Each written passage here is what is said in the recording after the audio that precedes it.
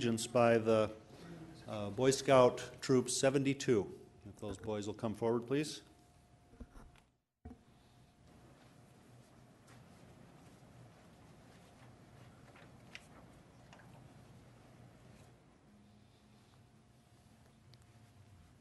Would you please join me in the Pledge of Allegiance? I pledge allegiance to the flag of the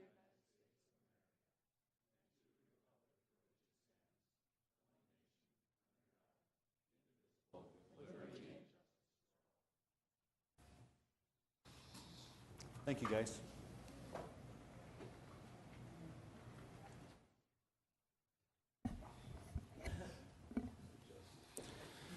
Now we'll go on to the adoption of the agenda. Are there any changes or additions to the agenda?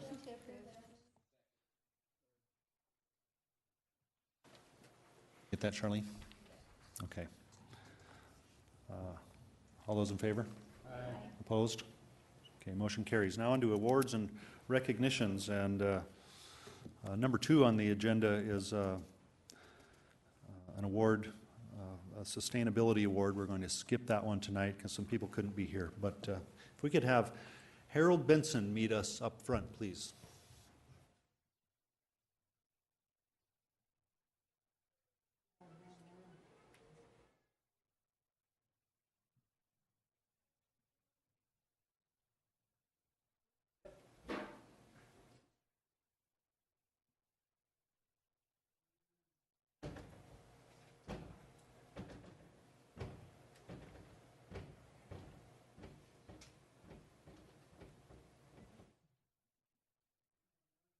Hello, Mr. Benson. How you doing? I'm not doing too bad. Good for you. Yeah. Well, I don't blame him. Hey, Dean. How you doing? Good, how are you? Pretty good. I haven't seen you in a coon's age. Yeah, that's been a long time. Wow. Old home week up here.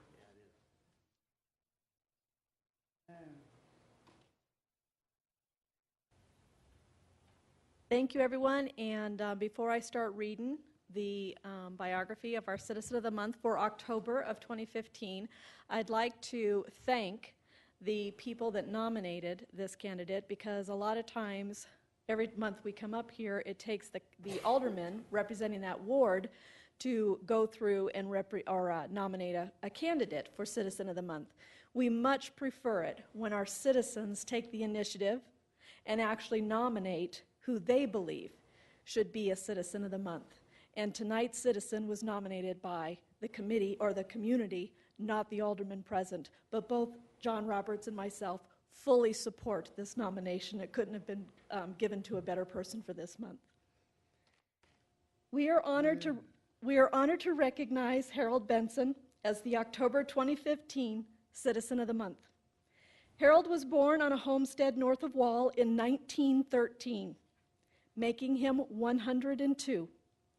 During his lifetime, he has served in many capacities and been a role model for many individuals.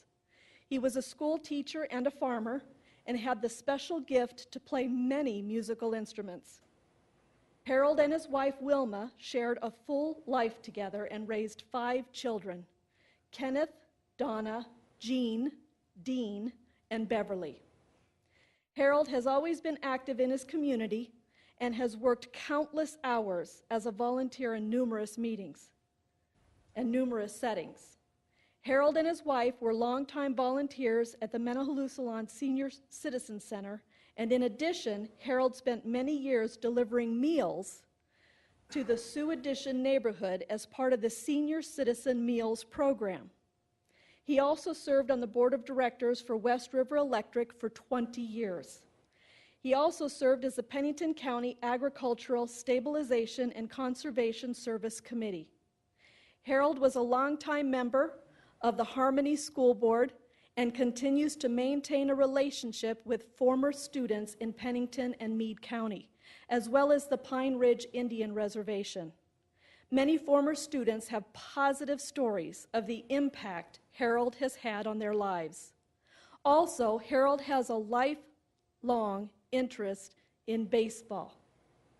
He was a member of some good Awanka, South Dakota teams and played well into his 40s. He still enjoys telling stories of his baseball playing days, and he continues to follow the Minnesota Twins daily on TV. Harold has been blessed with good health, and even well into his 90s, he used his snowblower to help neighbors out by clearing their sidewalks. Harold's wife Wilma passed away in 2012, but Harold stays connected to his family. At the age of 100, he learned how to use an iPad in order to send daily emails to friends and family. Today, Harold lives in his home, knows the names of his neighbors, and enjoys watering the lawn and taking the trash can out to the curb. Harold's family visits him on the weekends and keeps his refrigerator stocked. Harold serves as a great example of how a life of service can make huge impacts on our community and the people in it. We are grateful Harold is a part of the Rapid City community and are proud of the service he has provided. Please, everyone, stand up and join me.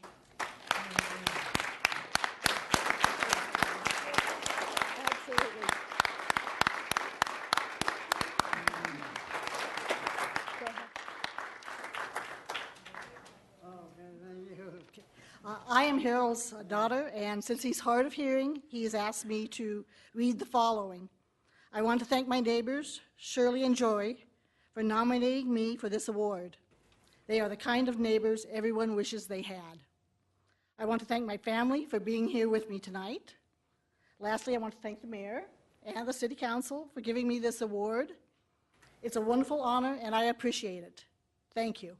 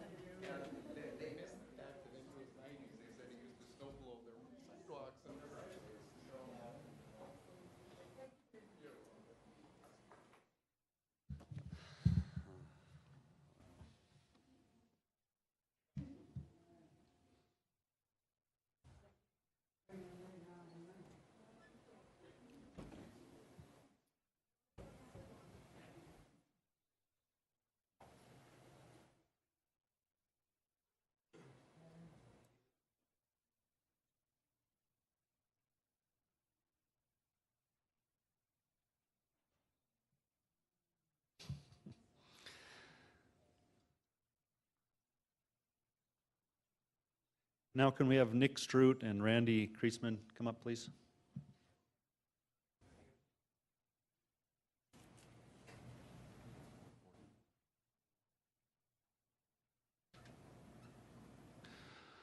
Well, ladies and gentlemen, now we're going to read a executive proclamation regarding World Habitat Day. And Nick Strout here is on the Habitat for Humanity board, and Randy is a staff member at Habitat. So we'll read this, and then we'll require you to give a 5-minute speech or so. Perfect. Thank you. Whereas on a global scale, over 1.6 billion people live in inadequate shelter, and whereas on a local level, 1,036 people were homeless in South Dakota in 2015, whereas secure tenure not only facilitates opportunities for investment and wealth accumulation, but also provides a source of identity, status, and political power, and serves as a basis for the pursuit of other rights. And whereas the United Nations General Assembly has declared the first Monday in October as World Habitat Day, a time to recognize the basic need for adequate shelter in a world where it is lacking for so many.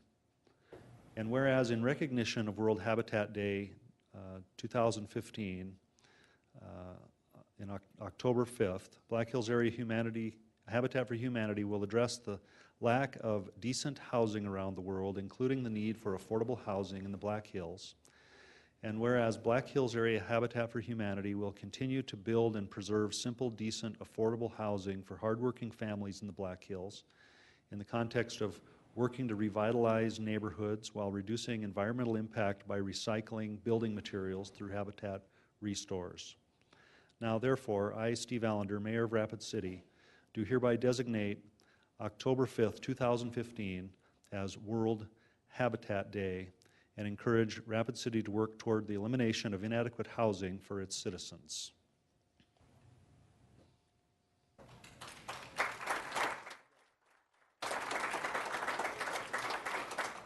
Prepared something for me so I can just read it.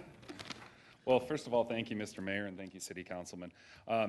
Today, joining me is Randy Kreisman. He's our Faith and Family Relations Associate. And so we do have a small prepared speech here to give, and the title of it is One Thing Changes Everything. To succeed in eliminating poverty housing around the world in our lifetime, we must promote smart policies that advance to access to adequate, affordable housing. Access to land, meaning the laws about who owns and who has rights to land, is one of the top priorities of the Habitat Network. Removing current barriers to access would benefit millions of people around the world.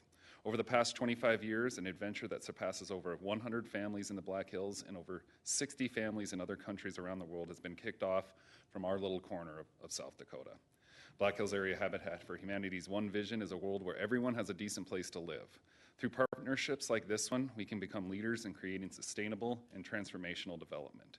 We aim to serve 50 additional local families over the next 5 years and look forward to this imperative relationship with the City of Rapid City.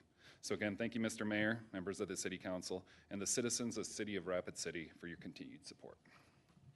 Thank you. Sir.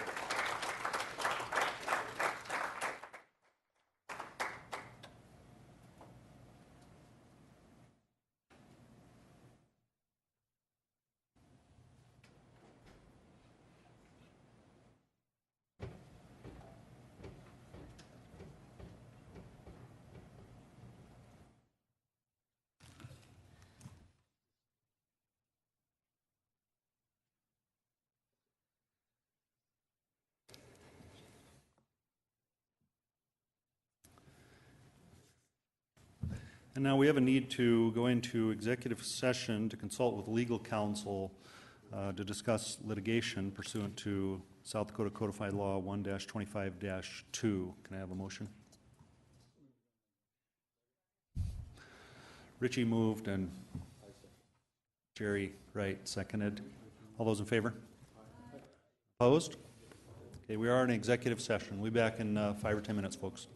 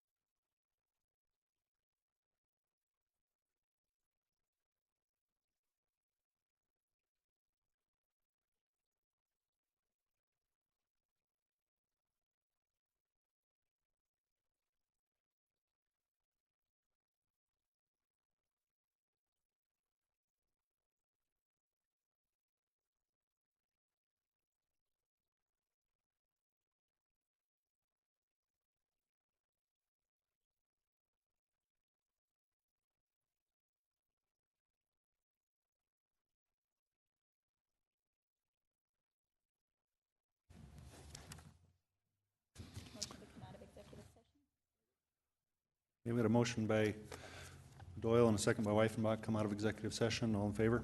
Aye. Opposed? Okay, we're back in session. Next item on the agenda is the general public comment. This is a time for the members of the public to discuss or express concerns to the council on any issue not on the agenda. Action will not be taken at the meeting on any issue not on the agenda, except by placement on the agenda by unanimous vote of the council members present. And we have speaker request form from Zachary Smith.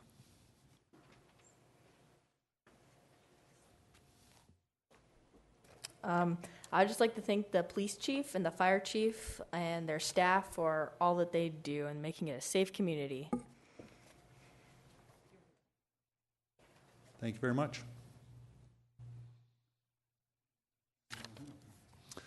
And now we have one from Kurt Pokart, but you have one now and also on 42 and 3? Okay.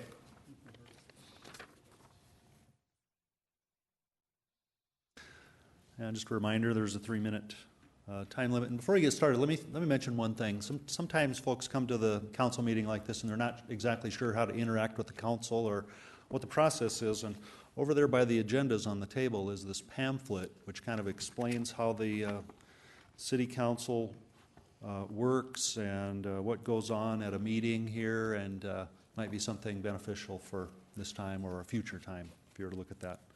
Okay, Mr. Pokart, go ahead. Thank you, Mr. Mayor.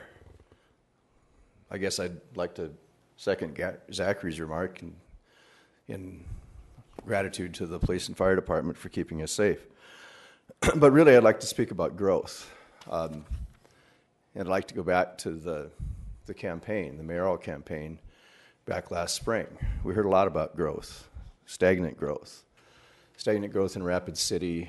I'm trying to recall all of the charges that were made, but basically it was alleged that other communities were growing, that growth was accelerating in other communities, and Rapid City was lagging behind. And the reason was suggested that there was I don't remember the metaphor. Was it a roadblock, a log jam, a bottleneck somewhere in City Hall?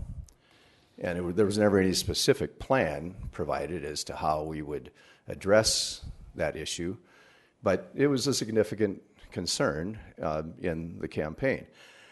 My question, and it's not only my question, I'm just the one here speaking about it. Not everybody wants to give up a Monday night and come wait through an executive session to address the council. But isn't it time that we saw something, heard something? I've seen nothing. I've seen a couple initiatives from the new mayor. One is to remove the council from participation in the selection of the administrative assistant, and also to lengthen the terms. Well, honestly, that's not what was hindering growth. If you have a serious plan, my suggestion is that you made a serious charge, and it's time for us to see the plan. Thanks. Thank you. Now we're on to non-public hearing items, items 4 through 48, and we'll open up public comment on items 4 through 41. I don't believe we have any speaker request forms on those particular items. We do not, so we'll close public comment. And now on to consent items, which are items 4 through 41. Are there any of the consent items that the council would like to remove? Does someone want to remove, Mr. Roberts, would you like to remove item 18, the Civic Center update, or?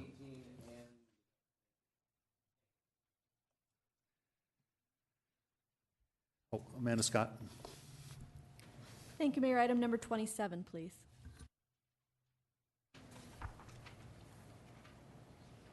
Okay, any further, Darla Drew?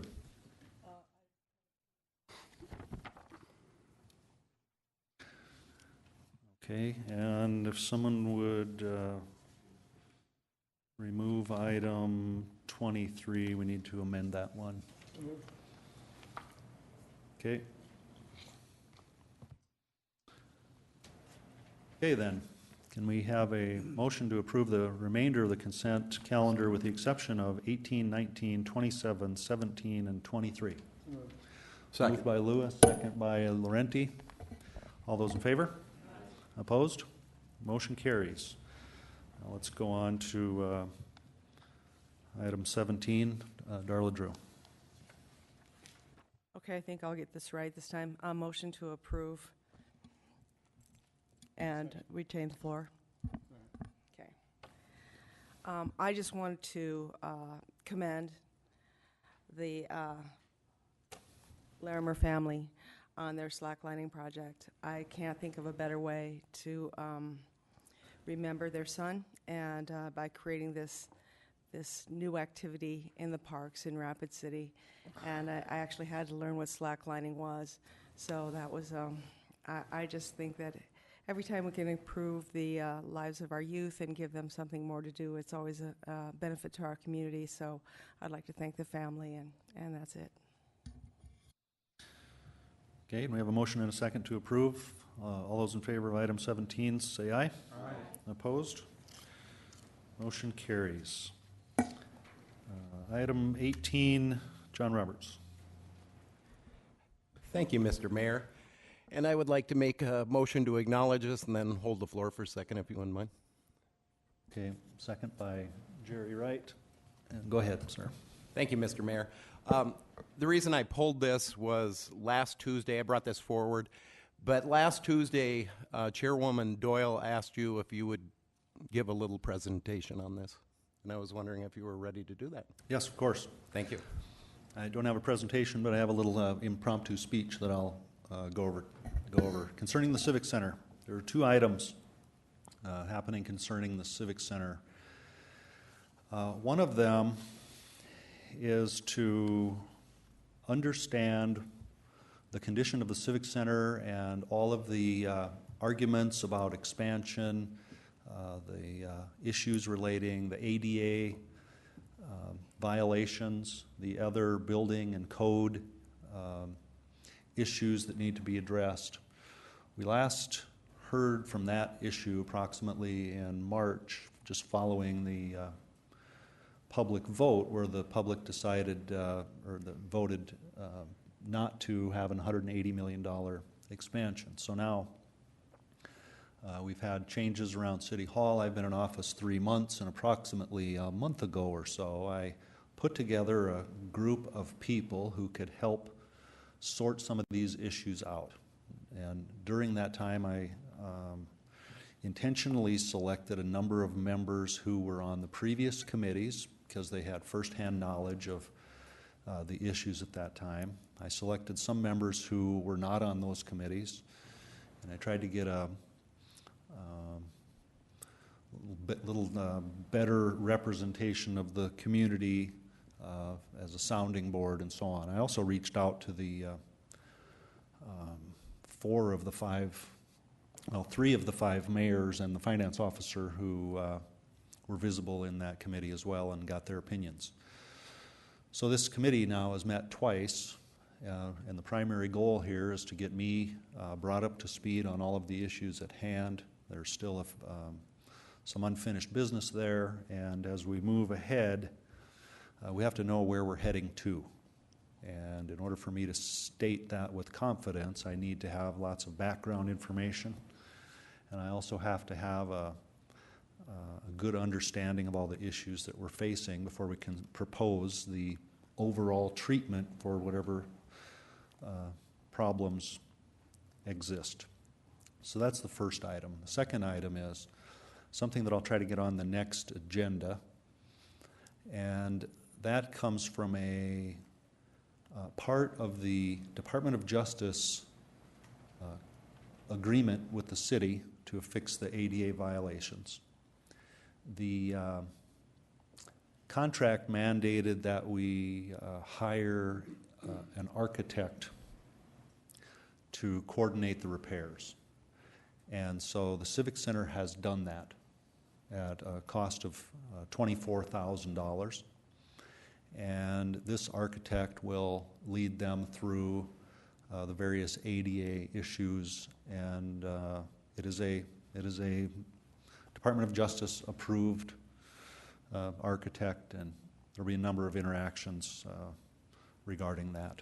So on the short term, they have also asked for work to be done with a consultant for fixing some parking lot issues, also some hand railing issues throughout the building other than the Barnett. So it's estimated that with the $24,000 contract for the architect and these other relatively minor repairs, that we're going to end up with about $60,000 or so of ADA repairs. So after speaking with the Civic Center, I've determined that it would be easiest to have the Civic Center be the point of contact and be the agency that all the repairs, the bookkeeping, the justification, the reporting go through, rather than having other city departments or the city council directly involved in bill paying and so on. So the item that I'll bring forward on the next agenda will be to authorize moving about $65,000, I believe is the figure, what is left in the council contingency fund for 2015, over to the Civic Center so that they can start handling the contract with the architect and these relatively minor repairs. And then back to the other topic, I believe that we'll be ready to come back with a report sometime in November with a better idea of what the big picture is and the larger issues at hand.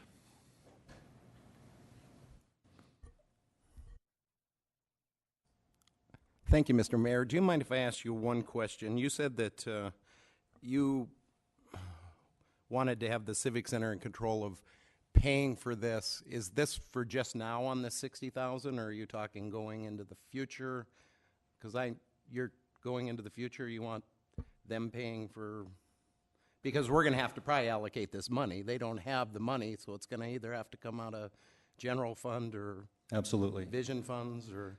Yes, well, what I'll recommend, and I may learn more coming up in the next weeks and months that might change this, but what makes more sense to me, what I'll be recommending is that we allocate the money and put that money in the control of the Civic Center in order to handle all of the repairs, construction, and so on. So they're going to be asking us for the allocation of this money, because to be quite honest, if it's large amounts of money, I'm not very comfortable having the Civic Center in control of how much money it's going to be, because that should be our decision, not the Civic Center's board decision, because these more than likely will be general funds and not funds, unless it's vision funds, and we're just going to turn some vision fund money over to them. That I could understand. Thank you, Mr. Mayor. I just had a couple of things. The reason I brought this forward on last Tuesday was I had people that asked me, is there a Civic Center board set up? I didn't know. So I brought it forward. And a lot of these people were asking me, well, we know that, the mayor's made a lot of comments that the Civic Center expansion, he supported. I believe that was what I was told. Now, without looking back, I'm not truly sure of that or not, but people were concerned that this committee was being set up to make another run at the city for a very large Civic Center expansion.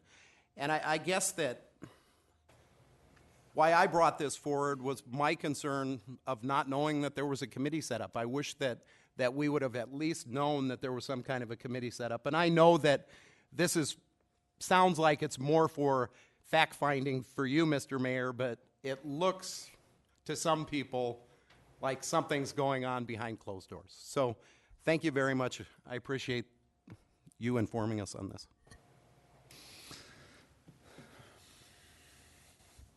Okay, we'll go on to 19 in a minute. I just want to finish up. We got a couple speaker requests here on the issue, but it may very well appear that something, to some people, that something is going on behind someone's back because, frankly, it is. The mayor has to meet with people. I have about 25 or so meetings a week on various topics that I'm not yet up to speed on. everything from economic development to public works issues and parks and drainage and so on. And this committee is really no different, although I understand the sensitivity of the issue. This is an informal, short-term working group, and at such time when I want to make a proposal that will have some kind of an impact, I think it would be appropriate to go through some sort of selection process for a committee and make that a public issue at that time. But nothing sneaky going on here, folks. I just have to get caught up on the issues at hand. I'll go to Darla Drew. Thank you, Mr. Mayor. As the liaison to the Mayor's Committee for People with Disabilities, I would like to encourage you to please include them, or at least get a liaison from that group on your committee as you look at the disability and access levels of the Civic Center. They have been waiting eagerly to have access to all areas of the Civic Center that they've been denied for so many years, and so they've been a big support for the changes, and I'd just like to see them be part of the committee, or at least a meeting with you and the committee for the Mayor's Committee on with People with Disabilities. Thank you. Okay, thank you. Ron Weifenbach. Thank you, Mr. Mayor, for the update. I'll just reiterate kind of what I said before, and that I appreciate having the updates, and I think, and I'll reiterate the fact that if we can identify the goal, I think we can identify how to get there. But I'm yet to see that. I've never seen it when the previous presentations were made, so I'm hoping that's the point we're moving towards, and not spending a bunch of people's time in a committee to come forward with some recommendations that are just not going to stand the test of time all over again. So if we identify the goal, I guess, I don't know if the council needs to identify that goal. I guess maybe once you get the facts in, we can wash those out and screen them through screen, then we can identify the goal of what we feel the purpose and necessity would be. But again, I appreciate the fact that we're moving forward on some of those small ADA items that we can address right now. We had made light of that in the past, and some of these are simple, but it makes the ADA people's life a whole lot easier. And I know there's people in the ADA community who would be more than happy to give you their input if necessary, or if needed, or if maybe they're already on the committee. But and I know some names of some people that would probably be willing to do that, and share that with you from a different perspective. So thank you. Okay, thank you. Steve Laurenti. Thank you, Mayor. And if I can, I'd like to ask you a question as well on the committee. My question really is, has the committee that you've formed, the informal committee, has it talked about more than just the initial smaller ADA compliance issues, or are they talking about the larger future based on the vote? Have they met about the larger future as I think you've kind of said something about, if you could answer that question. Yes, the answer is yes. We're talking about all the issues, the smaller issues. If there's an option to rehab the Barnett and still achieve some of those goals, or remember, I intentionally staffed this committee with a lot of people who were from the previous Futures Committee who were for the expansion. So there is talk about expansion. It's hard to keep that out of the conversation, but we're zeroing in on a list of questions that we will seek answers for, and we believe it'll be informative when we get all those things sorted out. And I just want to make a suggestion, since we're already talking about the future of the Civic Center, and I think you spoke to the sensitivity of the issue based on the public vote, and I would just strongly suggest that as open as possible as all of these meetings can be. I don't understand why those meetings wouldn't have, but that the future meetings would be public. I think we can get a lot of input from the public. If it's you seeking information, it doesn't sound like it's just that. From what you just said, that there was talk about the larger future for the Civic Center. So I'm just hoping that the future meetings can be open to the public so that they can even come sit, even if there aren't people who show up, but I believe there will be because of the interest in the vote, that all future meetings of this committee would be held and would be published, and so that the public could come and visit and see where it's going. I think there would be less of what Alderman Roberts kind of hinted towards about open and transparent as we can be on this particular issue, given the public vote. So, thank you, Mayor. Thank you. Jim Lampe is resigning. We just have to take his name off of the issue. Now we'll go to number 19, back to John Roberts. Oh. Okay, we have a motion and a second to acknowledge. Those in favor? Aye. Opposed? Okay, next item, number 19. Thank you, Mr. Mayor. This is something else I brought forward last Tuesday at the Public Works meeting.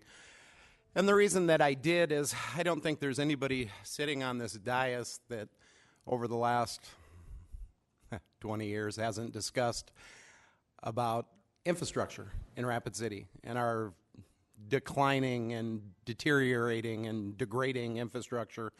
And as I drive around the community, and it doesn't matter, you know, if it's north, east, southwest, you see a tremendous amount of residential streets that are in terrible disrepair.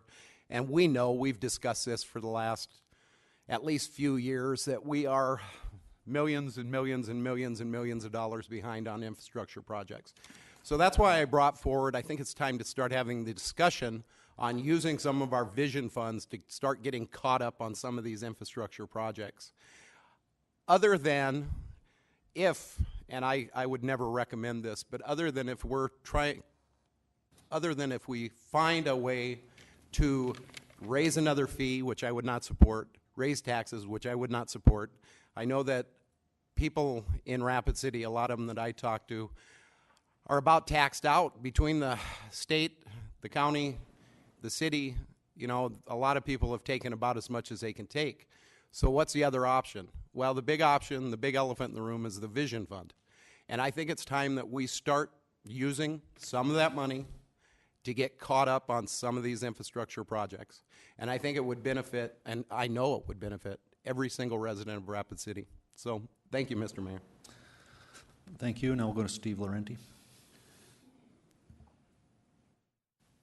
Thank you, Mayor. And this is one of the reasons why I would like to see something happen, and we need to make sure that, again, that it's open and transparent to the public, because 18 has a lot to do with 19. Once we have something solid, which I'm hoping we'll have soon, you know, I had honestly hoped, as I'd said in Legal and Finance, that there would be a motion to dedicate vision funds, because as the finance officer has informed me that the Vision Fund is around $12 million this year and will be over $12 million next year.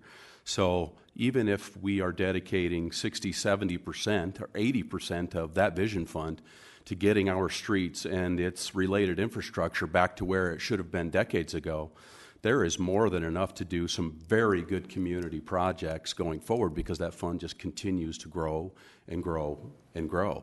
And so I had hoped that we were going to get a motion tonight, but it doesn't sound like we'll have the support. I would definitely support it if somebody would make the motion. Maybe that will push further along item 18. If we can dedicate some long-term money, and I'm talking 10, 15, 20 years of dedication to getting our infrastructure back to where it needs to be. And the money's there. We don't need to raise taxes, as Alderman Roberts has pointedly said. I've just said how much money that fund is going to make, or should say, you know, it will gather, it will collect in the next year or two, and every year past that as it continues to grow. So I'm hoping that soon, if there isn't support now to dedicate some funds, and I believe we could do it and still have more than enough to take care of the Civic Center and its expansion, but that we would get a bit serious about our infrastructure. Thank you. Thank you. And now on to Amanda Scott. Thank you, Mayor. I'd like to make a motion to acknowledge and retain the floor, if I can get a second. Second by Lewis. Go ahead. Thank you, Mayor. You know, so far I've heard my colleagues, the two that have spoken so far, are talking about using vision funds in order to fund streets. I would hope that the City Council, which also comprises the Vision Fund, would actually not use vision funds to fund streets, but I would be more than willing to take a look at the reallocation of where those 2 cents are going. I really do think that the citizens came forward with a vision fund, and vision fund monies have already been described. And this council just last year went through and opened up the ordinance. And I know there were a couple of us, if not many of us on this council, that wanted to make sure that we didn't strip the entire vision fund in order to put it all to infrastructure. Because then you are doing a moratorium that there will be no more quality of life or economic development projects if we're going to put it all into infrastructure. So I understand what my colleagues are saying. I believe all of us up here are concerned with our streets, but I believe it is going to take a little bit longer and actually to open up what we're actually, as Alderman Weifenbach said, what's the goal here? If the goal is to redistribute the funds, then we need to take a look at the ordinance and re-look at the allocation money. Just to remind everybody, in 2000, and this information came from the finance director, and thank you, Pauline, for providing it. In 2000, the Vision Fund and the CIP Fund collected roughly about $6.5 million. And as my colleague stated up here, in 2014, both funds, the CIP Fund and the Vision Fund, collected just short of $12 million. So in about 14, 15 years, that's doubled. So I know a lot of vision funds, and it's been a bone of contention for some of us up here on the council as we've had to wind up or try to reallocate some of these projects that were passed by previous councils of Vision Fund, that they allocated way short funds to get the projects done. And thank goodness the funds did grow a little bit, but we've had to really shuffle a lot of money around here in order to get some projects done, and we didn't get all of them done in the last 5 years that were approved at the last Vision Fund committee. So I think we need to be a little bit more conscientious of what the costs are going into projects and do that forecasting out 5 years. I think the citizens need to be able to weigh in on what they see would fit into our Plan Rapid City plan for our future growth, and we also need to be cognizant of what it's going to take to actually still fund economic growth. Those are the three things that have come out of the Vision Fund. If we're going to reallocate money, like I said, I'm not opposed to it, but I don't think we need to be throwing out figures like 70% of the Vision Fund or 80% of the Vision Fund needs to go to streets. I think we can talk about a reallocation. Thank you, Mayor. I'll yield the floor. Thank you. Now on to Chad Lewis. Thank you, Mr. Mayor. I guess in kind of dovetailing off of what Alderwoman Scott just said, one of the things that was brought forth in the argument against the Civic Center vote is that we'd combine the two funds and they didn't want anybody robbing Peter to pay Paul, and that meant they didn't want to take any money out of the CIP fund to pay the Vision funds. Well, now we're looking at doing exactly the opposite of that, and it seems to be that we were told the voters didn't like that, so I don't know that we should be, kind of what you're saying there, we've got a lot of vision projects that go forth in this community, and the city actually had a citywide vote back in 95, to maintain the Vision Fund, keep that extra penny, and to continue to go forth with these projects. And so voters have spoken clearly they do want to keep the Vision Fund. Everyone wants to fix streets, obviously, but I think we need to find a different way to do that because I think it's not the best idea. Plus, I think that also going forward, I'm just trying to figure out how many streets you can tear up at once and still move in this town. I mean, we've got so many things torn up right now as it is, and I realize a lot of streets that need to be torn up, but honestly, I don't know that answer, and I'm sure someone probably has a better answer than I do, but it'd be difficult to tear up much more than what we do. I mean, I realize that it's just kind of like you got to continue maintenance going all the time, and everything you do, your buildings, your houses, whatever. That's the way I view the infrastructure in this town is just we got to keep working on it the best we can. Maybe a little bit more money. I don't know how we're going to find that, but I don't think we want to take it out of the Vision Fund. I think that once again the public did speak pretty clearly, and that was the message that was told to me out of the vote for the Civic Center. So I think we need to maybe keep honoring that and do our best to just keep both those funds separate like they were intended, but for bonding purposes, they work well together. So maybe we can do a bond or something, but I don't know. How many roads can we tear up, Terry? Can I ask Terry a question?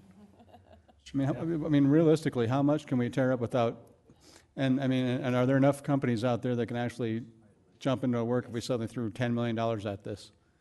I mean, honestly. Go ahead. Point of order, Mr. Mayor. You sleeping? What is your point of order? My point of order is I just asked him if I could ask the question. Anyway, Mr. Mayor, may I please speak to Mr. Walterdorf again? Yes. Thank you. Terry?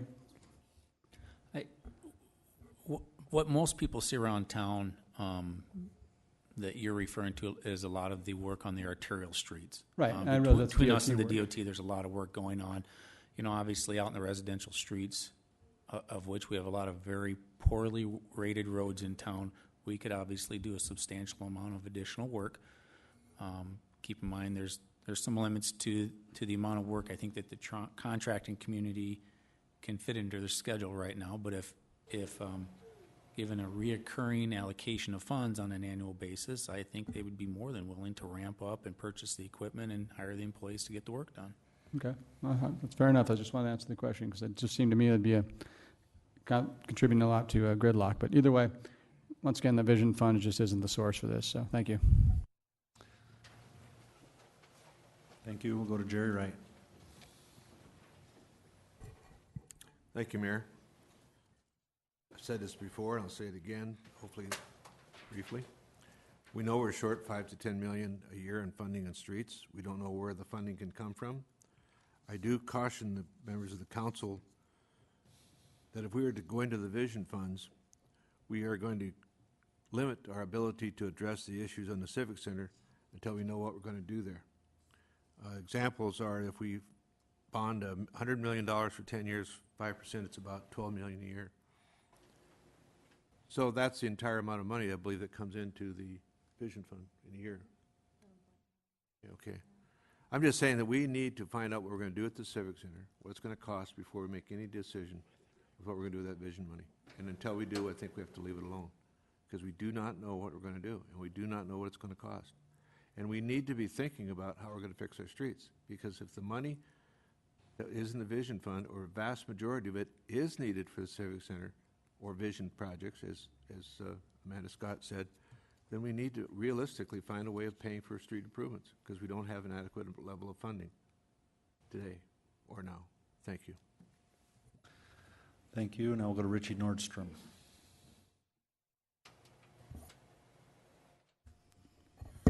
Thank you, Mayor. I also advocate to go a slow approach on this as well. Let's slow down a little bit before we start taking money and reallocating it to different portions of the whatever project we got going forward. So, and I'm also interested in getting the information about the quality of life that we have here in Rapid City and getting this information out to the folks that are going to be affected by this as well. And if you recall, Malcolm Chapman came in front of us and told us to slow down on the Civic Center. I'm advocating this, to do the same thing on this process. I'm also chair of the CIP committee, and all of the projects that are coming forward, we're using a lot of one-time funding that are going in towards ongoing projects. And so I'm very, very aware or very concerned about the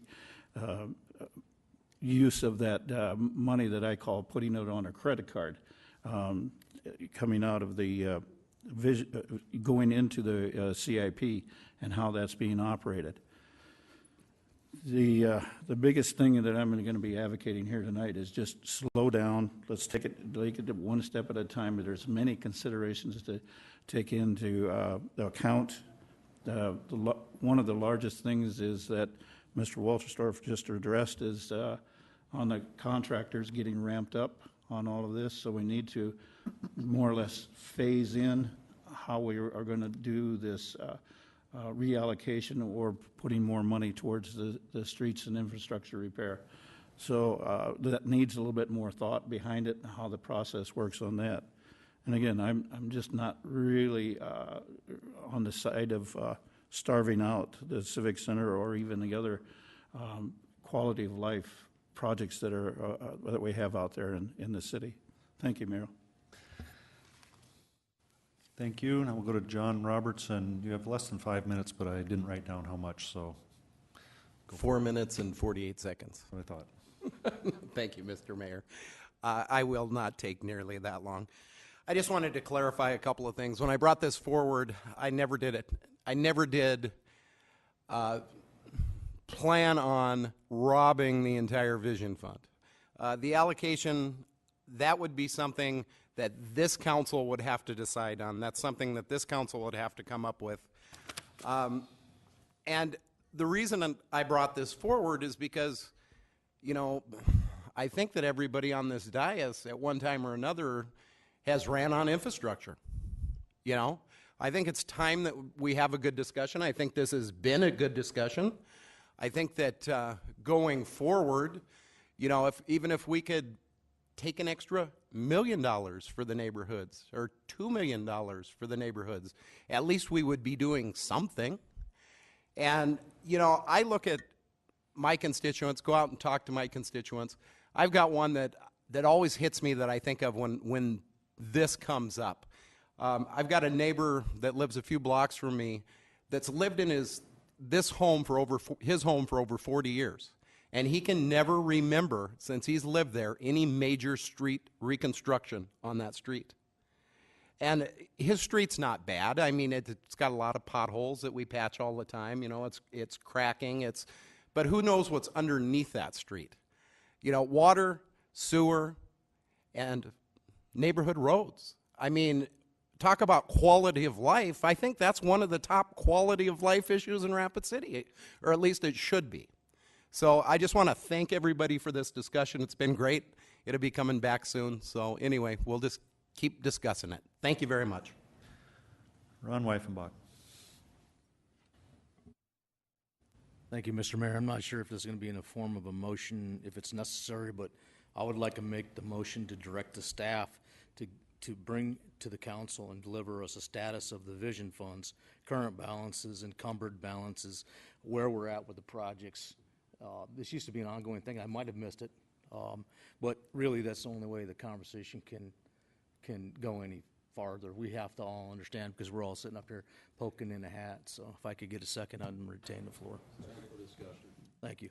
The reason I bring that forward has been comments made up here that are just off the wall, completely off the wall of the conversation of what we're talking about. We want to bring this to discussion to look and see what the possibilities are. Nowhere on here do I see where it says that we're going to allocate anything. It's a discussion.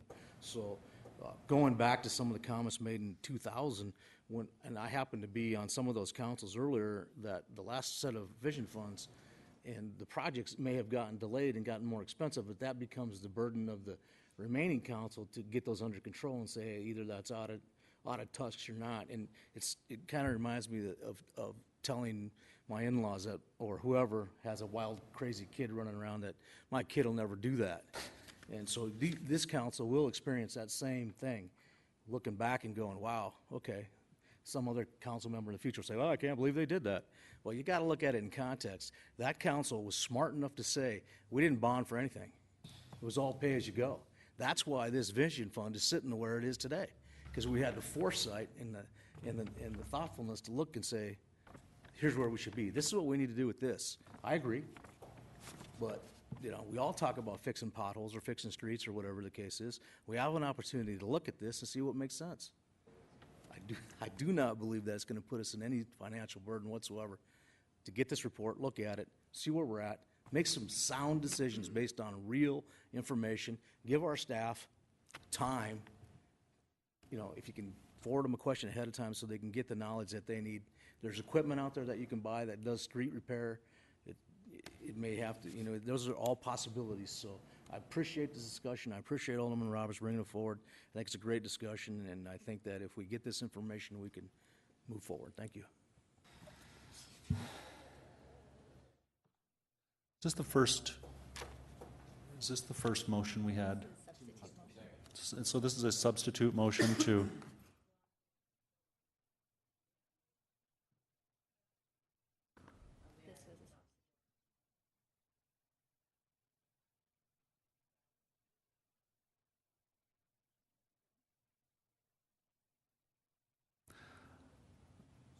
Okay, can we deal with the first motion first? Motion to acknowledge the report, and we have a second on that. All in favor? Aye. Opposed? Okay, the next motion is to direct staff to produce a financial report on the vision funds. Are we correct on that, Mr. Weifenbach? Yes, that's correct. And a second by Jerry Wright. All in favor of that motion? Aye. Opposed? Okay, motion carries. Now, on to, Mayor, may I ask a clarifying question on that last motion? of course, Thank you. I believe when we're going to is the motion to bring forward the reports of the vision funds to the council or to set up a vision fund committee meeting? To the council. Okay, thank you. Pauline, do you have something to add to that?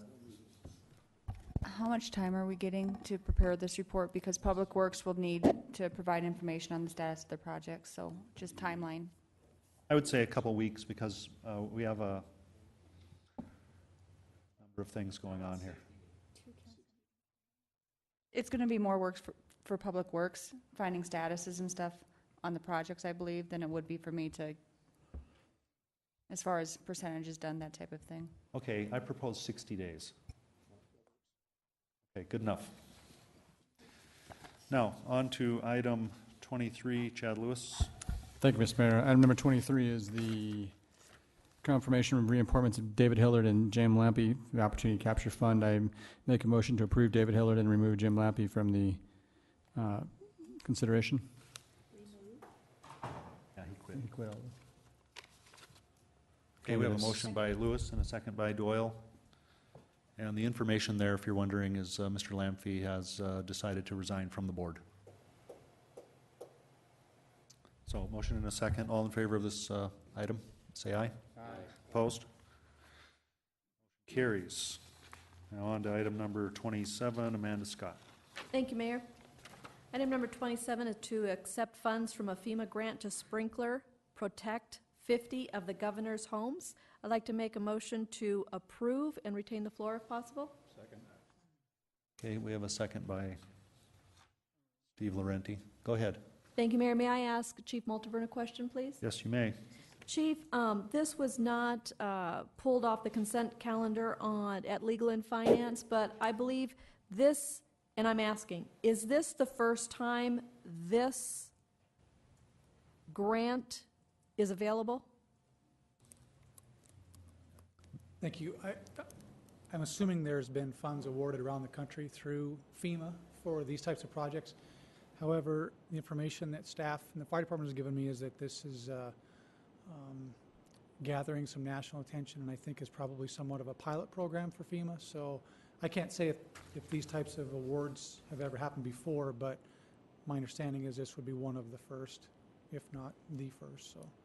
And that was my understanding, is if it's not the first nationwide, it's the first for Rapid City in our general area? Yes, ma'am. This is actually a program that the Rapid City Fire Department is taking a leadership role for the state, and we applied for this grant on our own, and then also worked with the Governor's House program to, if we were successful getting the grant, that we would then basically pass the money through our organization to help them provide sprinkler systems for these homes being built in Springfield at the prison.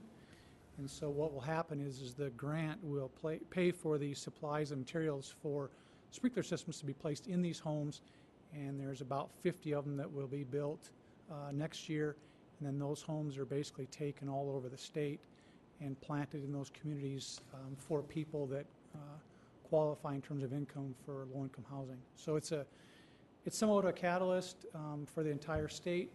My understanding last year was there's about 15 of these homes that came to Rapid City, and then if you can imagine next year, maybe approximately 15 would then come to Rapid City, and then the rest would be dispersed throughout the state. So we're just trying to take a leadership role for the state in this regard, but still does help a number of families in Rapid City. And Chief, if you could also just give the same description you gave to me, that this is actually very, very significant because the statistics show that it is these type of homes that could really benefit from a sprinkler system? Sure, those people that qualify for these types of low-income homes are at statistically a higher risk for fires in the home. We just have those numbers out of NFPA tell us that they're in a demographic that are at a higher risk for home fires. So this program gets into the root of those people at a higher risk and puts them in a safer home. And so we feel that that's a good way to fulfill our mission on the prevention side versus taking care of them after there's been a fire. This really gets out in front of it. Thank you, Chief. I yield the floor. Okay, thank you. So there's a motion to approve this item. All in favor say aye. Aye. Opposed? Motion carries. That'll take us through the consent items.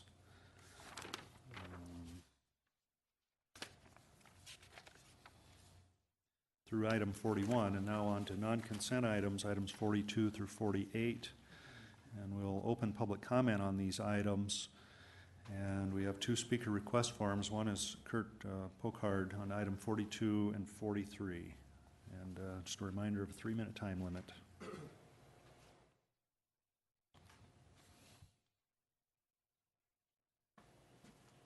Thank you, Mr. Mayor. I'll speak to both of the items 42 and 43, even though they are quite different. One is to lengthen the mayor's term to 4 years. The other would be to lengthen the council's term to 3, as you're well aware. With the structure of your meetings, it's awkward. I am here basically responding to arguments that I heard 3 weeks ago at the council meeting for arguments in favor of adopting this ordinance. So I'm having to reconstruct your rationale and recall how it was presented. Basically, I heard that, and I've also read the ordinance, which doesn't go into a great deal of depth. It cites one reason for this, and that is that the Chamber of Commerce conducted meetings, public meetings, it says, some years back. And it says that at that time, the citizens were in favor of this. I don't recall that. I mean, I may have been at one of those meetings, but I don't recall a consensus coming forward that that's what we should do, was to lengthen the terms of the mayor and the council. And I've not seen or heard a groundswell of public support for that. It seems to me that it's coming from up there, not out here. In any case, we've heard that 2 years is too short a period of time. It's inadequate, and the Rapid City is one of the only places in the state of South Dakota that does that, which assumes that those other places must be doing something right that we're doing wrong. I don't agree. I think maybe those other places should consider the way we have done it here. Is it already that time? Close. Okay. I've also heard that there's a steep learning curve, and that honestly, if 2 years isn't long enough to learn your job, maybe we should find somebody else. I've heard that we need more stability and continuity on the council. Is there one rookie up there? Darla, I think you're the only one, I believe, who's in your first term. I don't think we have a problem. This seems to me to be a solution in search of a problem. And honestly, the cost savings is, frankly, an insult. If there's one thing that government does that's worth the money, it's conducting elections. And what you're saying is that 1 year out of 4, we would save the cost of a municipal election.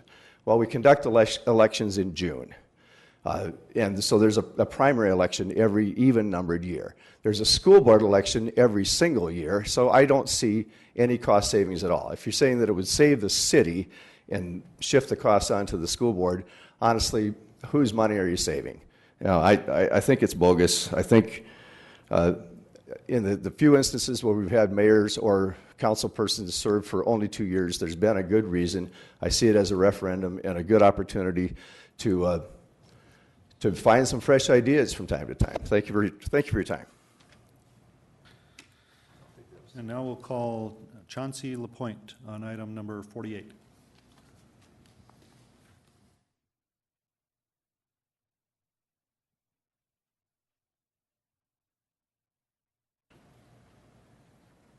Hello.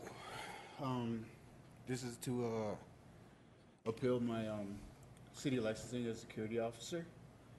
I was denied, so I really don't have much to say. It's just my past was not so great. I made mistakes, but right now I have a family. I haven't been working about 3 months now. I'm employed with Black Hills Patrol. I can't work in the city. I've been working out of town, and right now out of town work is not anymore. And so I haven't provided for my home. I have a son on the way in 7 weeks, and I have a 5-year-old son in the home. We were counting on me getting the license because this is what I want to do, and it's my profession. And I know I made mistakes, and yes, I regret it. I was young. Now I'm 35 years old.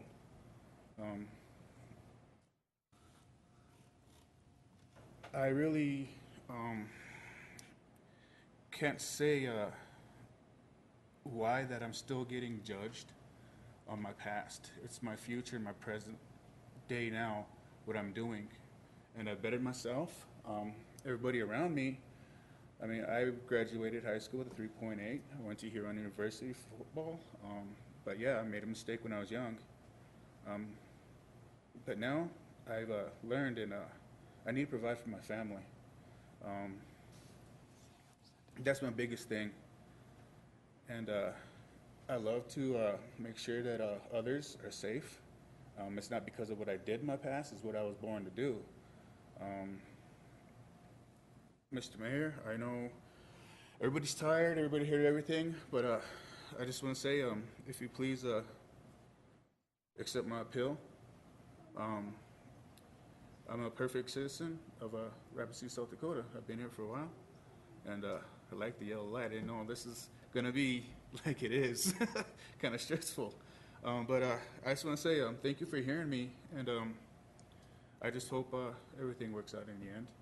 Thank you very much. Okay, thank you. Now we'll close public comment and move on to item number 42. Amanda Scott. Thank you, Mayor. Item number 42 is a second reading of ordinance number 6078, an ordinance increasing the mayor's term of office by amending section 2.12.020 of the Rapid City Municipal Code. I make a motion to approve. Second. Okay, we have a motion and a second. Go to John Roberts. Thank you, Mr. Mayor. I'm not going to speak too much on this. It isn't going to make any difference what I have to say anyway. Nobody's going to change their vote. But I do want to appeal to the public. There are a lot of people that have been talking about a referendum on these next two issues. And I just wanted to let the public know that they have my full support, and I will do anything to help this referendum move along if it is brought forward. So anyway, thank you, Mr. Mayor. Thank you. Now we'll go to Steve Laurenti.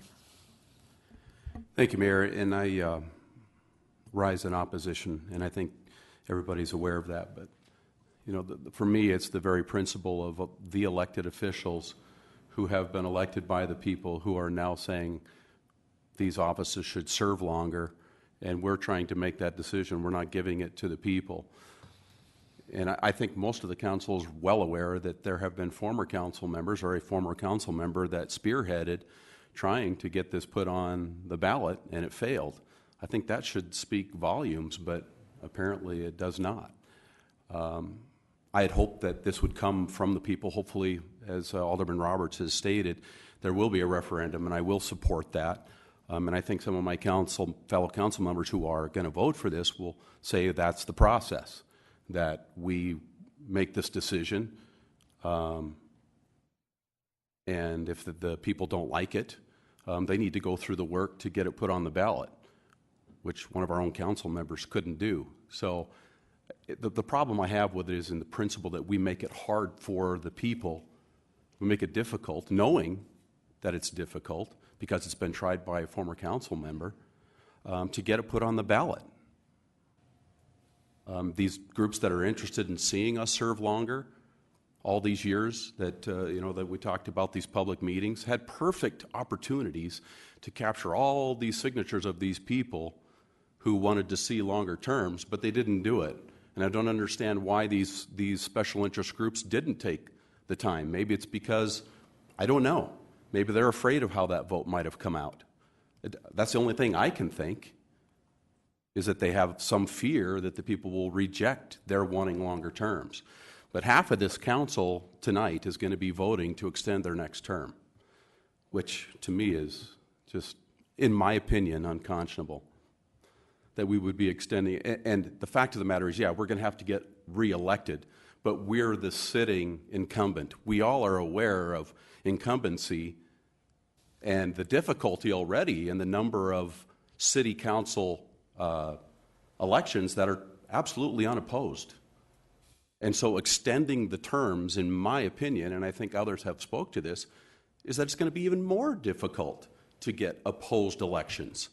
And maybe that's what some of the groups want to see, is they get the people they want. I don't know. And those people never leave office. But that's not what this type of government is about. It's not about making it more difficult to hear the voice of the people. And when you extend the term of office, it takes away voice. I have challenged the mayor, and I've challenged everybody on this dais to explain how this is not a taking of the people's voice. Because every 2 years, they have the ability to throw somebody out of office that's not serving them properly. So now we're going to make it 4 years for the mayor. So if you have a mayor in that first year that just does everything or does nothing that they said they were going to do, and they do something just the opposite that the people don't want, guess what? They have 3 more years of that particular mayor and that particular council for 2 more years doing what it is that they want to do. And that, in my opinion, is not protecting the voice of the people. I yield. Thank you. Now we'll go to Jerry Wright. 4 years ago, we had hearings on this very subject, and I only can speak for Ward 3 because that's where I was at. And there was no question in my mind that the people in attendance unanimously supported longer terms for the very reasons that have been discussed: stability, learning curves, and everything else. It's important. We're allowed to do it, and nobody up here is extending their term. They'll stand re-election. That's the fact. And I think the other term that confuses this is the concept of term limits. And I'm speaking against that at the same time, because I think that is the issue where we would be taking the voice away from the people. Because we would, by passing a legislation that said the term limits are set, you can only be in office for so long, and that's it, we're taking it away from the people to make that decision. If there's a person serving the legislative body, whether it's the Congress, the state legislature, or the city council, school board, or county commission, in our democratic federal republic, they are chosen by the people. That's where we need to leave it. I don't think that we as a legislative body should be passing an ordinance, making a decision on behalf of the voters. So I do not support term limits. I know they're not on the agenda, but they have been discussed. I want to make sure I'm clearly against that. Term lengths, my ward was for it. I'm for it. I think it's going to bring us a better government, and I thank you. And if this goes to a petition or a vote, so be it. Thank you. Now, Darla Drew. Thank you, Mr. Mayor.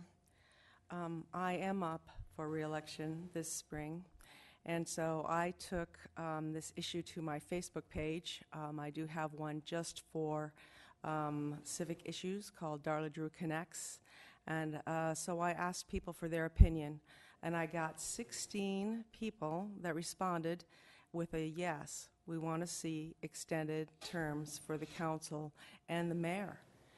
And I was surprised at that. I really thought I'd see some negativity there, but I didn't. You know, I have been here for almost 2 years. In some ways it seems like a blink of an eye, in other ways it seems like an eternity. So, you know, I think I will run again, but, you know, as far as like a term limit of 3 years, you know, that might be a sticking point for me. But because the people that I have spoken to have said they want this, I'm going to vote in favor of the term extensions. Also, I have a question for the mayor, or I think it'd be the mayor. When would this term extension happen for the mayor position? For the mayor's position, it would take effect in the city election in 2019. 2019. Okay, so just, because I hate horribilizing, I hate hearing people have worst case scenarios, that we'll get somebody so egregious that we can't stand them for 1 year. There's a removal process. We can get rid of the worst people, and I don't think we'd vote them in anyway. So that is my feeling, that, the people will speak if something is so horrible, and we've seen it before on the council. When I wasn't here, the people's voice was, I think, heard that, we wanted some changes made. So, long story short, I guess, I'm going to vote for it because that is what the constituents that I have reached out to have gotten back to me with an answer, and the answer is yes. Thank you. Now we'll go to Ron Weifenbach. Thank you, Mr. Mayor. I won't take a lot of time, but I remember when I was a little kid, and my dad used to, he'd say, "Don't break." He said, "Don't." What is that, how that go? If it's not broken, don't fix it, or don't, whatever that. If it's not broke, don't fix it. So, and I said, "Dad, let's break it." Then I started to realize as I got older that sometimes there's some reason for good tradition. I did a lot of research on the term length thing, and like always, I ask myself the question, what's our goal here? If it's better governance, then we should all go, because we're the governance here. So next time you guys are up for election, we can just ask the constituents to vote us out if we don't have faith in ourselves that we can stand to learn within the time frames that are there and the ability to learn our jobs. I'm not sure what our rationale is here. I do reach out to my constituents all the time. It's basically 50-50. I had one person tell me that we should do it, and one said we shouldn't. So, in the fact that I can't find any reason to change it, I feel it's not broken. I've worked with different councils, and there's different philosophies, but I always like to embrace the differences in philosophy, because I feel that's the best thing for the city of Rapid City, to have people on both ends. Maybe they are horribilizers, maybe they're grandiose people with grandiose ideas, they think they're better than everybody else's ideas. But it's very important to listen to all those ideas and take them to heart when you make a decision, and base your decision based upon the information you have. So, I'm not going to support it, but I'll accept the vote as I have in the past, and I will on this vote. But short of any rational reason of why to change it, I just can't find a reason to. And I've asked and gotten no responses, basically. Limited responses, if that. Not a good enough response to fix something that's not broken. So I appreciate that. Thank you. Now on to Steve Laurenti, who has 1:20 left. Thank you, Mayor. I can do that. And I just wanted to speak to the term limits because I said I would bring it up at the Legal and Finance meeting. I said I would do that tonight. The fact of the matter is the state does not bar an aldermanic form of government from applying term limits. It doesn't say that it can either. So the fact of the matter is we could tonight vote to put a maximum of 2 terms.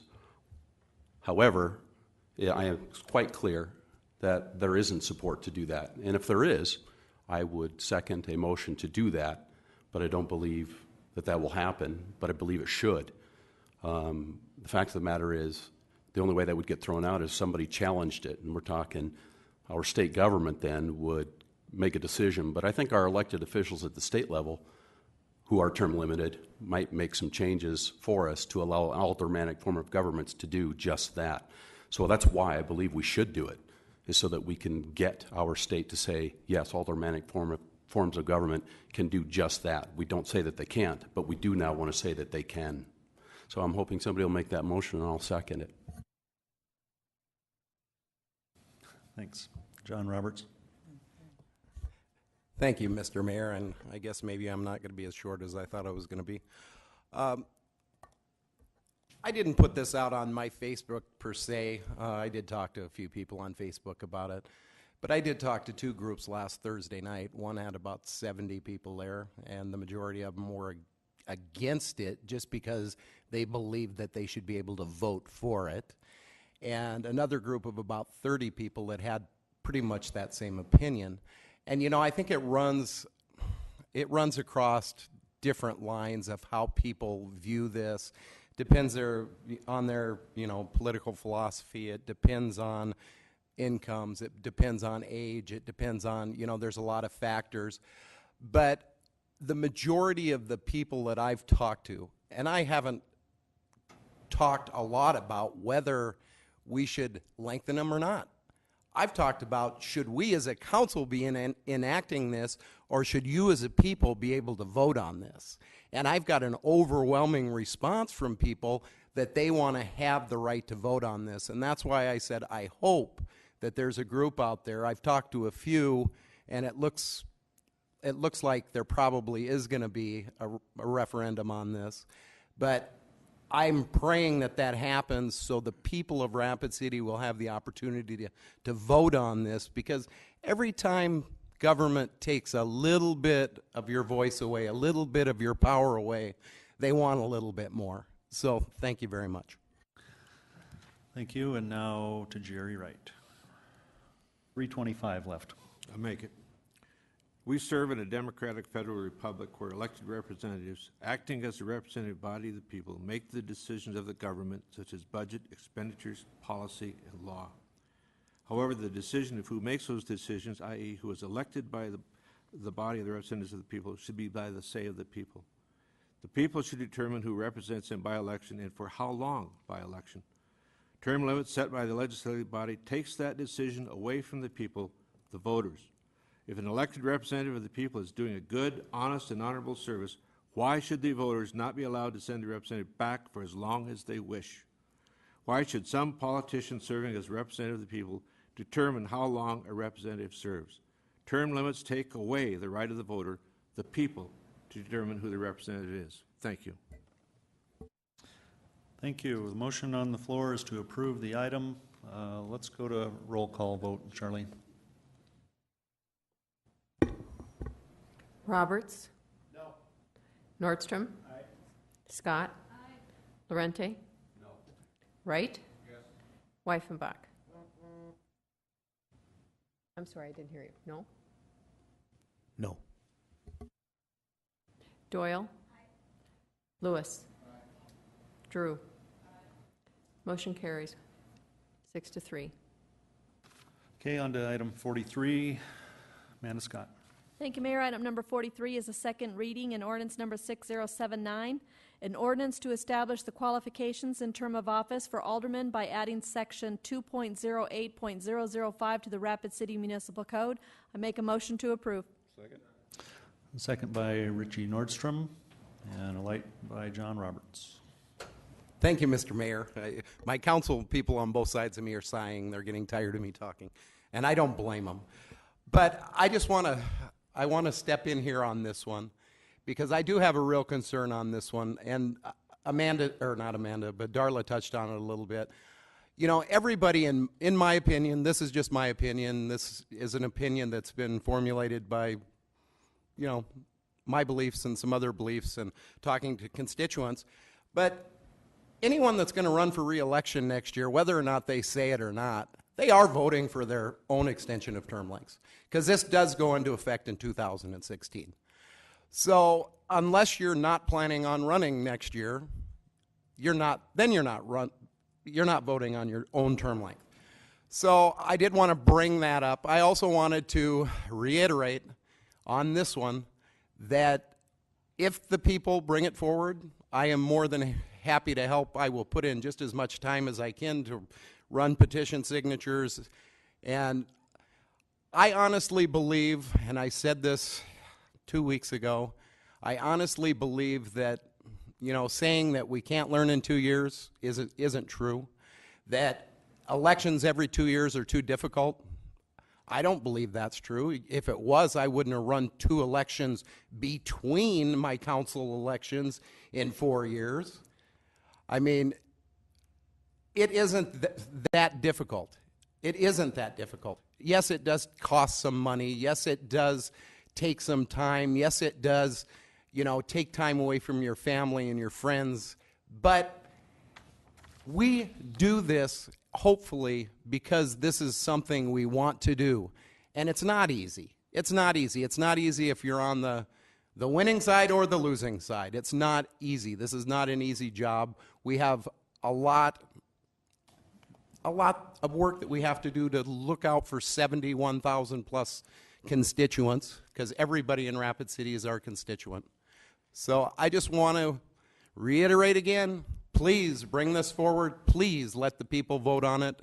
And thank you very much, Mr. Mayor.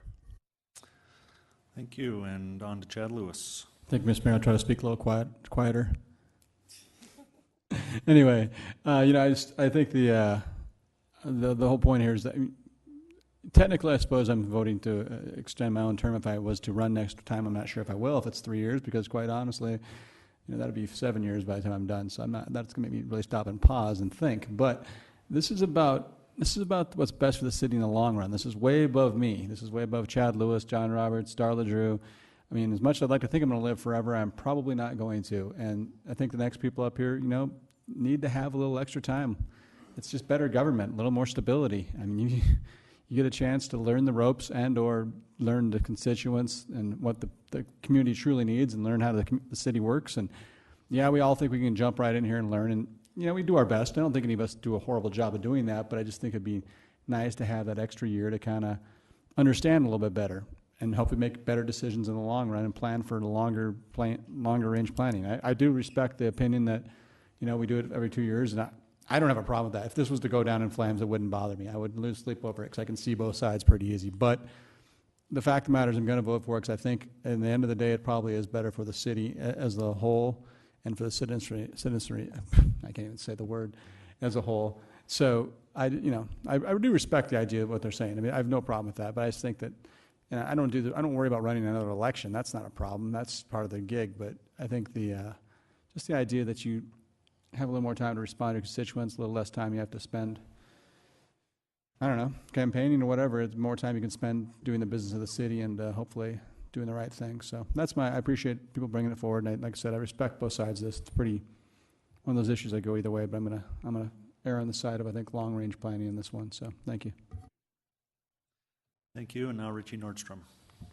Thank you, Mayor. I won't need to take that much time because Chad Lewis already identified most of the topics that we're going to talk about. Is that this allows us to think a little bit larger, gives us more time to examine projects and different issues that are out there that are coming for us, towards us, and it'll just give us more time to think about those things. And my colleague Alderman Roberts talked about taking away time from family for the campaigning and everything that is associated with that, and your job if you have a business. I agree with that. But it's also taking away time from the people's work as well, because I feel very strongly that we are up here doing basically 18 months worth of city work, and then next 6 months we're out doing campaigning. So it does take away from the people's work. So I can support this very strongly. And again, thank you, Chad, for stealing all my thunder. Okay, back to John Roberts with 2 minutes and 40 seconds. Thank you very, very much, Mr. Mayor. One of the things that I didn't touch on was continuity. I've heard that come up too, and I have to bring this up because I thought it was funny. There used to be a council member on this dais named Babe Steinberg who was here for just a few years, because it's hard to stay in office for a while. I mean, he was here for 20 years on this dais, and he used to say about continuity, if you want true continuity on the council, have one council member, because democracy has nothing to do with continuity. So thank you very much, Mr. Mayor. Thank you. Back to Chad Lewis, who has 3 minutes left. Thank you, Mr. Mayor, and just jumping on the bandwagon, but no, actually I was going to say about the continuity is a great example of that would be the Civic Center issue. I mean, we had Mayor Quaker, who was completely up to speed and fully involved in that process and all for the Civic Center, and then he didn't succeed in his reelection, so now we have a new mayor who's got a doesn't have all the inside story, and so now he's got to get up to speed, and it helps out to have, if Mayor Quaker had been here, we'd still have that continuity, be able to deal with this, this project, continue on, but now we have a new person up here that needs a little time to understand it, and I think that, it's just something that would be nice to have had going forward, I think, for the city, when you come across these big projects like that, or big issues, that having somebody up here that's been around, knows the ropes, knows what's going on, kind of helps sometimes. So that's my, I guess, like I said, whatever. Okay, Ron Weifenbach. Thank you, Mr. Mayor. I'm thinking about yielding my time to Alderman Roberts. You got to want to change. I mean, talk about continuity of the Civic Center. Nobody listened to me, and I had all the knowledge you needed to have. I still don't see a good argument for this, but I'll live with whatever the vote is. I mean, so I'm a little, I guess, I'm a little disappointed. There's been only, I think, 2 council people that I know of who served 2 years. One of them, I took their chair, and I believe one of them was someone else up here that took a chair for him. So most council people serve 4 years or more. Most mayors serve 4 years total. And you go back to history, there's probably 4 or 5 that served more than 4 years. So, I don't know, you take it for what it's worth. Thank you. Okay, thank you. The motion on the floor is to approve. Charlene, let's go to a roll call again, please. Nordstrom? Scott? Lorente? No. Wright? Weifenbach? No. Doyle? Yes. Lewis? Yes. Drew? Yes. Roberts? No. 6-3. Motion carries. Okay, now on to item 44. Thank you, Mayor. Item number 44 is the first reading of ordinance number 6066, an ordinance to amend provisions for city payment of debt acquired by rural fire protection districts prior to annexation by amending chapter 3.20 of the Rapid City Municipal Code. I make a motion to approve. Second. Second by Steve Laurenti.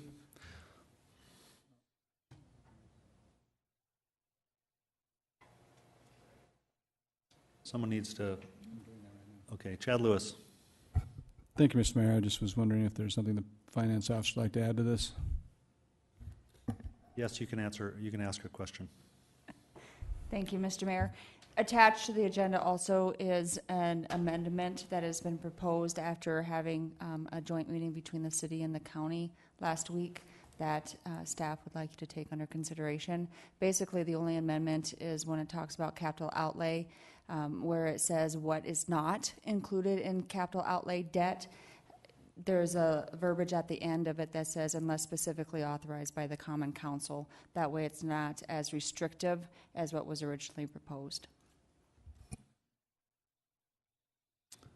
Okay, we have a motion to approve. All those in favor? Aye. Opposed? Motion carries. Item 45. Excuse me? Mayor? Are we approving the amended ordinance or the ordinance that was already on the agenda? Mayor, I'd like to make a friendly change to my motion to, the motion is to approve with the amendment.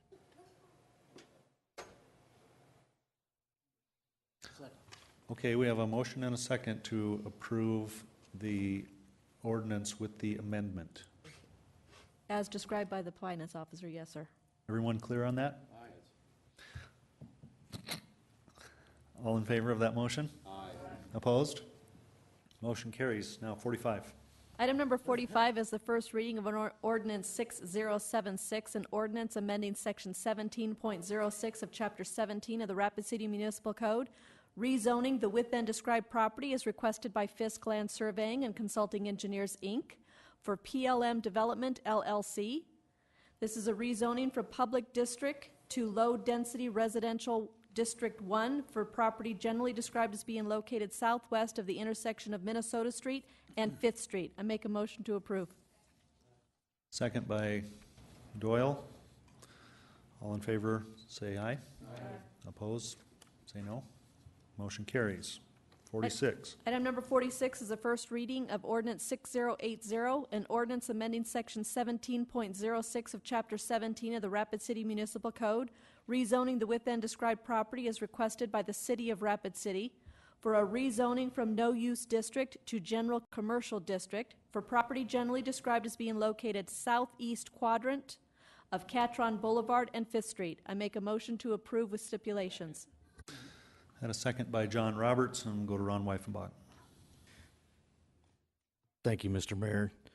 There was some comments made earlier about our protocol and how we do things, and we're getting better at it. We're getting better at Robert's Rules of Orders and stuff. And but one of the things is that you're right. You can't talk when there's not a specific item. It's hard to respond to a constituent. They have to sit and listen to us after they come up and said what they wanted to, and then we misunderstand them, and then we ramble on. But I'm going to go ahead and take the initiative on this one, and I'm glad we're approving this.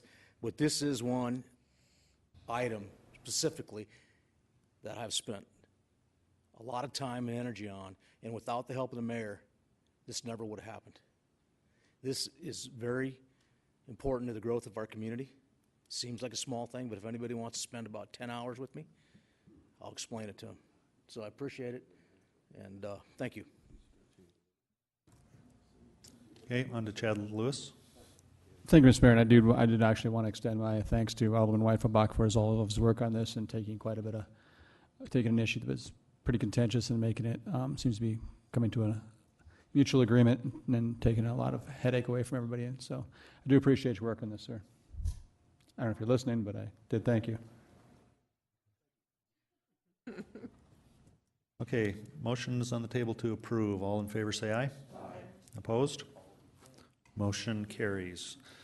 Item number 47, under Community Planning and Development Services, is a request by Spurlick Consulting Incorporated for ZCO Incorporated for a preliminary subdivision plan for lots 24 through 38 of Block 10, Lot 21 of Block 11, Lot 1 of Block 14, Lot 1 of and Lot 6 through 9 of Block 15, Lots 1 through 11 of Block 16 of Elks Country Estates, generally described as being located south of the intersection of Padre Drive and Jolly Lane. The recommendation is to approve with stipulations.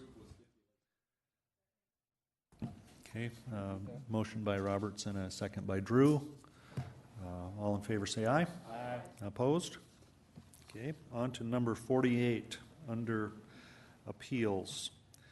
And 48 is an appeal by Chauncey LaPointe to appeal the denial of an individual security guard license. Go to Chad Lewis. Thank you, Mr. Mayor. Can I ask the police chief a question, please? Yes, you may.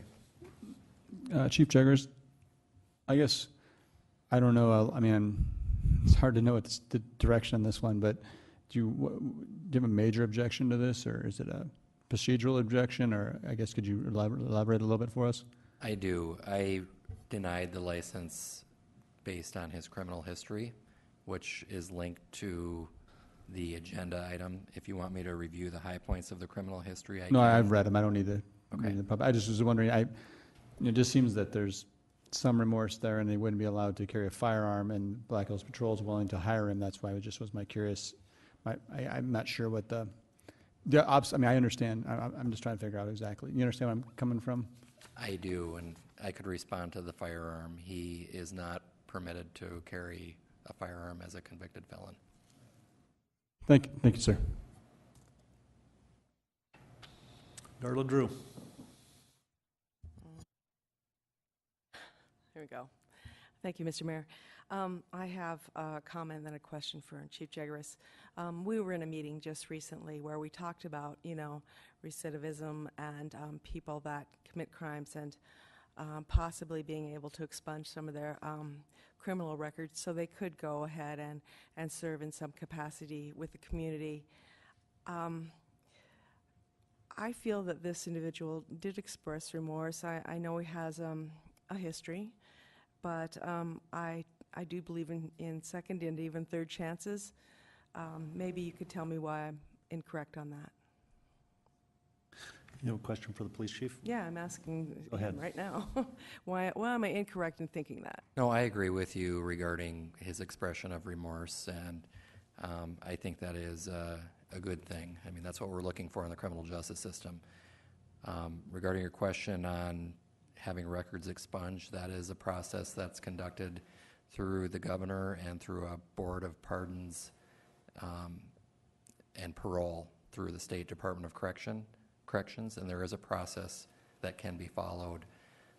I would think that under the circumstances that were presented, that it's unlikely that he would receive a pardon at this point. But that's not up to me or to this council. Right, and I think it's unfortunate, because if people do want to reenter the workforce, especially in a security capacity, it seems like this individual is unable to do that. And I can't, disagree with your recommendation, because this is your job. But I think it's unfortunate in some ways that we can't find other ways, other pathways for people like this to get back into the community. Thank you. You're welcome. Okay, Amanda Scott.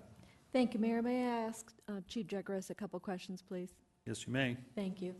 Chief, so when I was reviewing this, and I understand why he's appealing, it appears as if he really is trying to turn the leaf on that corner and become a valuable citizen within Rapid City.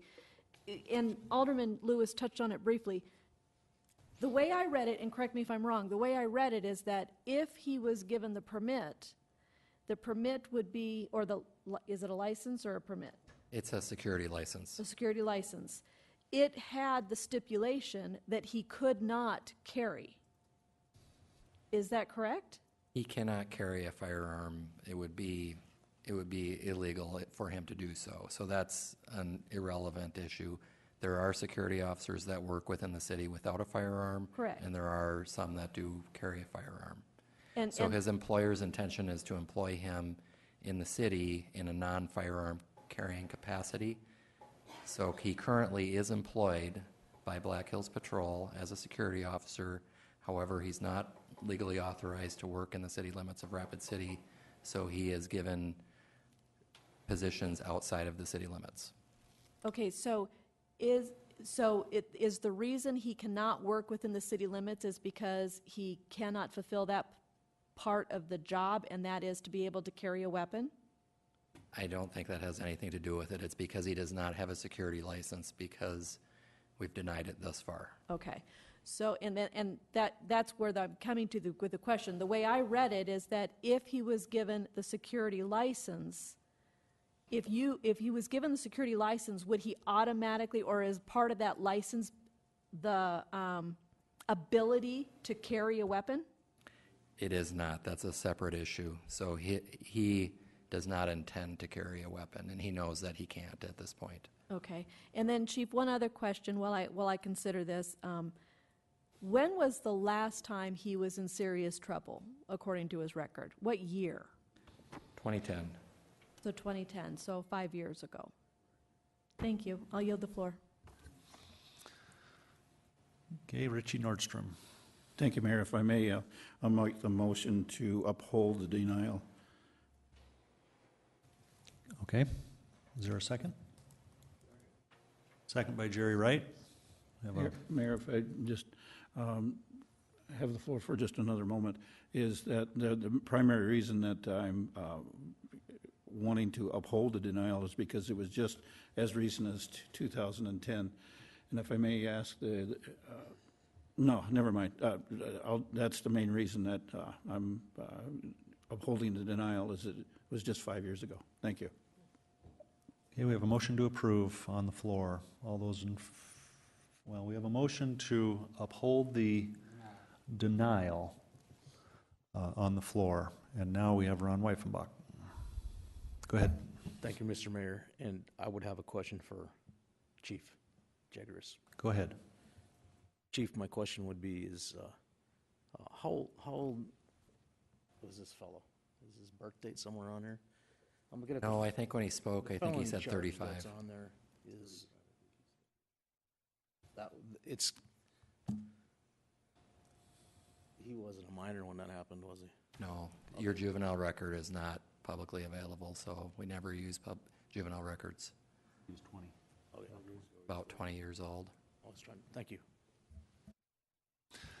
Okay, seeing no further lights, motion is to uphold the denial. All those in favor of that motion, say aye. Aye. Opposed? Aye. Okay, roll call. Scott? No. Lorente? Aye. Wright? Aye. Wyffenbach? Doyle? No. Lewis? Aye. Drew? No. Roberts? Aye. Nordstrom? Aye. It's a 6-3 split. Motion carries. Motion carries.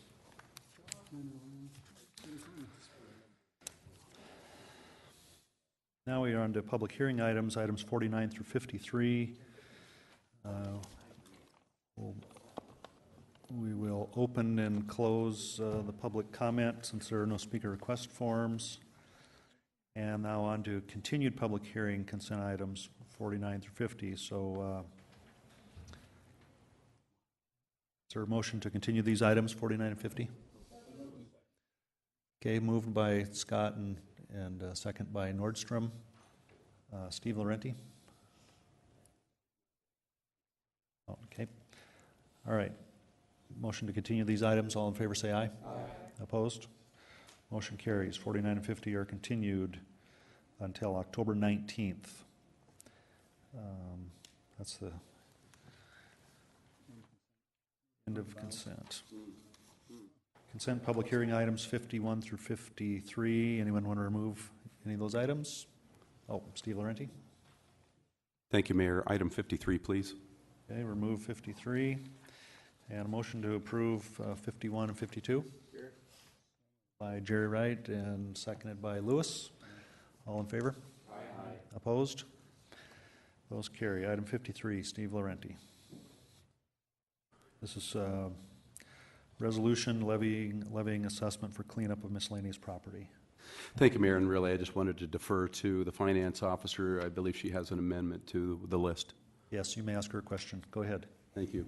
Finance officer, you can please explain the amendment to the item. Thank you. Thank you. Dale Tipton came in on Friday and paid his assessment, so we need to remove him. He is number 11 on the assessment roll. Okay, motion to approve with the amendment from Laurenti and seconded by Wright, I think. All in favor of that motion, say aye. Aye. Opposed? Motion carries. On to item 54, the bill list. Go to the finance officer. Thank you, Mr. Mayor. There are no changes to the bill list, so the total is that which is attached at $9,999,859.80. Okay, moved to approve by Laurenti, second by Wright. All in favor? Aye. Opposed? Okay, motion to adjourn. Here, second. Okay, all in favor? Aye. Aye. Opposed? Okay, we are adjourned. Thank you, everyone, for a good meeting.